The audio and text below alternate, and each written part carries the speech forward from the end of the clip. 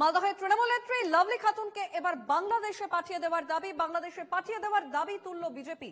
বাংলাদেশি পরিচয় গোপন করে ভুয়ো পরিচয়পত্র তৈরির অভিযোগ। ইতিমধ্যেই লাভলিকে রশিদাবাদ পঞ্চায়েত প্রধানের পদ থেকে সরিয়েছে তৃণমূল। এবার লাভলিকে বাংলাদেশে পাঠিয়ে দেওয়ার দাবি তুলল বিজেপি।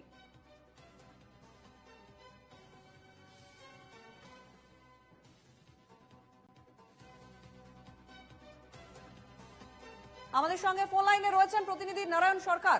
নারায়ণ, মালদহের তৃণমূল নেত্রী লাভলি খাতুনকে এবার বাংলাদেশে পাঠিয়ে দেওয়ার দাবি বিজেপির।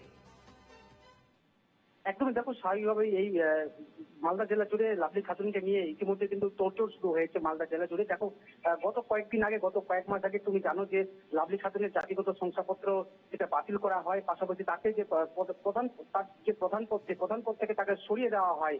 এখন দেখো, এই ঘটনার দীর্ঘ কয়েক মাস কেটে গেলেও এখনো পর্যন্ত তাকে যে তিনি যে বাংলাদেশের নাগরিক বা তাকে বাংলাদেশে পাঠানো হবে কিনা এই নিয়ে কিন্তু প্রশাসনের তরফ থেকে কোনো তোড়জোড় নেই। তবে বিজেপির যেটা দাবি যে তিনি একজন বাংলাদেশের নাগরিক, তিনি বাংলাদেশ থেকে এসে এখানে মালদায় এসে তিনি বিয়ে করেছেন এবং বিয়ে করার পর তিনি এখানে জাতিগত শংসাপত্র থেকে শুরু করে একাধিক ডকুমেন্টস, যাবতীয় আধার কার্ড থেকে শুরু করে রেশন কার্ড, জন্ম সার্টিফিকেট থেকে শুরু করে সমস্ত কিছু তিনি জালিয়াতিভাবে জাল সই করে এখানে তিনি জালিয়াতি করে প্রশাসনের হাত মিলিয়ে তিনি এটা করেছেন। পাশাপাশি দেখো, তারপরে কিন্তু তিনি গত পঞ্চায়েত নির্বাচনে 2023 সালে যে পঞ্চায়েত নির্বাচন হয়েছিল সেখানে কিন্তু প্রথমে তিনি কংগ্রেসের প্রতীকে জয়লাভ করেন এবং তারপর সুযোগ বুঝে ওবিসি আসন সংরক্ষিত হওয়ায় সুযোগ বুঝে তিনি তৃণমূলে যোগদান করেন এবং তাকে প্রধান পদে বসানো হয়। তারপরে একাধিক অভিযোগ উঠে আসে সামনে, তিনি একজন বাংলাদেশের নাগরিক, তিনি তার যে ডকুমেন্টস রয়েছে সমস্ত কিন্তু জাতিগত শংসাপত্র সমস্ত কিছু কিন্তু জালভাবে তিনি তৈরি করেছেন।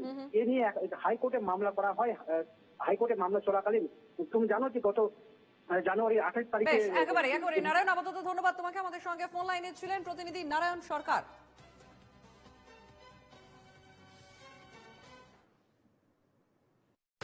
রশিদাবাদের প্রধান, তিনি ভুয়ো সার্টিফিকেট দিয়ে তিনি ওবিসি সার্টিফিকেট বার করে প্রধান হয়েছিলেন, ভোটে জিতেছিলেন এবং তিনি প্রমাণ হয়ে গেছে তিনি বাংলাদেশ।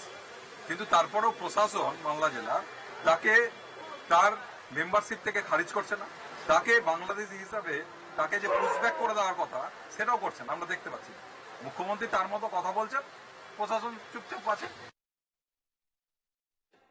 রশিদাবাদের যিনি প্রধান ছিলেন লাভলি খাতুন, তিনি কংগ্রেসের প্রতীকে নির্বাচিত একজন জনপ্রতিনিধি।